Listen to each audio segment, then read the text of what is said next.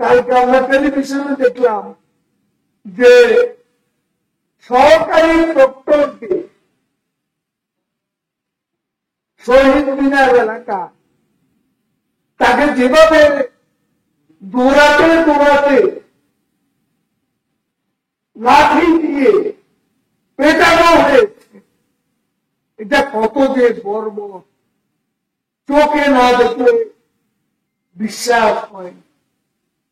এইসব ঘটনা আমরা আশা করি আমাদের গণমাধ্যম সত্যিকার ভাবে যা ঘটেছে, যা দেখেছেন তাই তুলে ধরবে। এটাই আমরা চাই।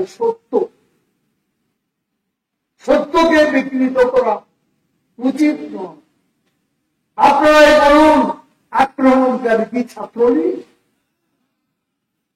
আজকে বেশিরভাগ হামলাই ছাত্রলীগের উপর এখনো তো ছাত্রলীগের কাউকে অপরাধ করলে আমরা শেখ হাসিনা আমাদের নেত্রী, তিনি কাউকে ছাড় দেননি। আবরার হত্যা, মুহূর্তে বিশ্বজিৎ হত্যা জড়িত কারা? ছাত্রলীগ। এইসব ঘটনাকে নির্বিচারে ইম্পিউনিটি কালচার শেখ হাসিনা গড়ে তোলে। অপরাধ করলে দলের লোককে শাস্তি দেওয়ার সব ঘর বঙ্গবন্ধু কন্যা শেখ হাসিনা আছে। বিএনপি মহাসচিব ফখরুল সাহেব দম্ভ করে বলেছে, আমরা যা পারি নাই ছাত্ররা তা করে দেখিয়েছে।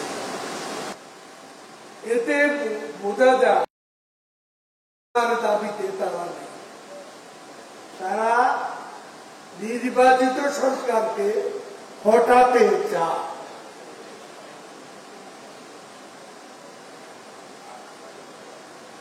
ক্ষমতা দখলের জন্য কতটুকু মরিয়া বলে তারা শিশু কিশোরদের ঢাল হিসেবে ব্যবহার করে।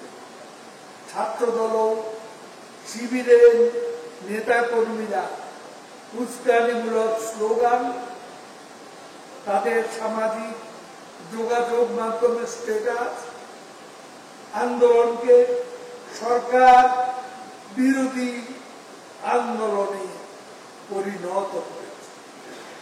বিএনপির এক নেতা ফোন আলাপের অডিও ক্লিপ থেকে বোঝা গেছে ছাত্র দলের কেন্দ্রে সংঘর্ষ, হামলা নির্দেশ দিচ্ছে। এতে প্রমাণ হয় সাধারণ শিক্ষার্থীদের আবেগকে পুঁজি করে বিএনপি জামাত আবারও সহিংসতার পথে হাঁটছে এবং তারা তাদের সশস্ত্র ঘেরার বাহিনী সারা বাংলাদেশ থেকে এনে এই শহরে তারা গুপ্ত হত্যা করা শুরু করেছে। আরো অনেক বাজে পরিস্থিতি, ভয়াবহ পরিস্থিতি সৃষ্টি আহ্বান জানাচ্ছে, উস্কানি দিচ্ছে। প্রকাশ্যে সামাজিক যোগাযোগ মাধ্যমে এই বিষয়গুলো আমরা জানতে পেরেছি। তারা সারা দেশ থেকে ক্যাডার বাহিনী প্রশিক্ষিত সন্ত্রাসীদের ঢাকা এনেছে। নাশকতা, নৈরাজ্যজনক পরিস্থিতি সৃষ্টি করতে চায়।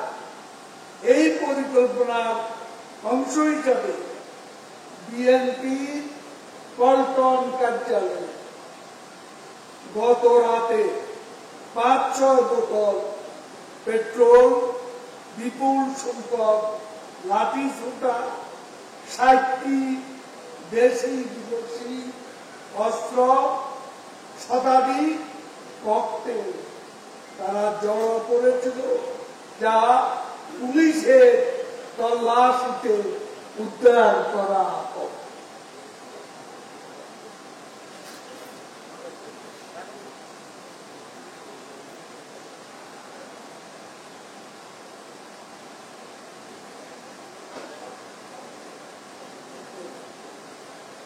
শিক্ষার্থীদের পিতা মাতাদের প্রতি আমরা অনুরোধ জানাবো, আপনাদের প্রাণপ্রিয় সন্তানদের এ ধরনের আত্মবিধ্বংসী কর্মকাণ্ড থেকে দূরে রাখা।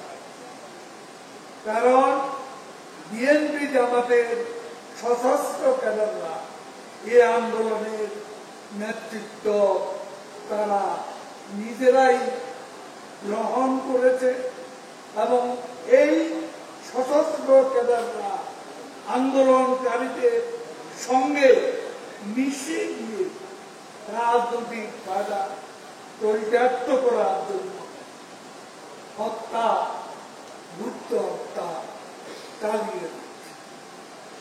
এ বিষয়ে আমরা অভিভাবকদের অনুরোধ করব, এদেরকে এই সর্বনাশ বিএনপি জামাতের ক্যাডার বাহিনী এই আন্দোলন থেকে তাদের ছেলে মেয়েদের বিরত রাখা।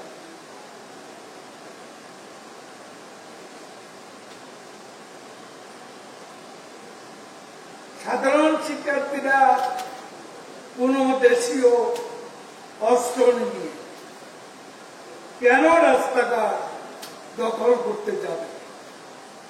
সহিংসতার জন্য এই আন্দোলনের নেতৃত্ব নিঃসন্দেহে অশুভ শক্তি হাতে চলে গেছে। আর সে অবস্থায় আমরা নিশ্চুপ থাকতে পারি না।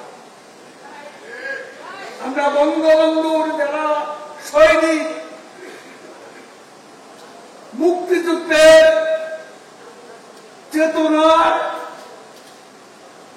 যে চেতনা আমরা ধারণ করি, লালন করি, বিশ্বাস করি, সেই চেতনায় বিশ্বাসীরা আমরা চুপ করে বসে থাকতে পারি না। আমাদের অস্তিত্বের প্রতি হামলা আসছে, হুমকি আসছে, এই পরিস্থিতির মোকাবিলা আমাদের করতেই হবে। কাজেই আপনারা ওয়ার্ডে ওয়ার্ডে প্রস্তুত হয়ে যান। এখানে বেশিক্ষণ আপনাদের আমরা ধরে রাখতে চাই। যার যার এলাকা যান, আজকেও তাদের ভয়াবহ তাণ্ডব সৃষ্টি এজেন্ডা আছে, বিধ্বংসী এজেন্ডা আছে। এখানে শুধু পুলিশের শক্তি নয়, আমাদের দলের যে শক্তি বাংলাদেশে মুক্তিযুদ্ধ করেছে, যে শক্তি শেখ হাসিনার নেতৃত্বে গণতন্ত্রকে শৃঙ্খলমুক্ত করেছে, সেই শক্তি হচ্ছে বাংলাদেশ আওয়ামী লীগ। আমাদের এই শক্তিকে আজকে কাজে লাগাতে হবে, যার যার দায়িত্ব নিষ্ঠার সঙ্গে পালন করতে হবে। আমি সারা দেশে আওয়ামী লীগের প্রত্যেক নেতা কর্মীকে আমাদের নেত্রীর পক্ষ থেকে নির্দেশ দিচ্ছি, সারা দেশে সতর্ক হয়ে শক্ত অবস্থা নিয়ে এই অশুভ অপর শক্তিকে প্রতিহত করতে হবে। কোন অপশক্তির সাথে আপোষ করা যাবে না। মুক্তিযুদ্ধের চেতনা বিরোধীতে আমরা কোনো ছাড় দেব না। ঠিক আছে?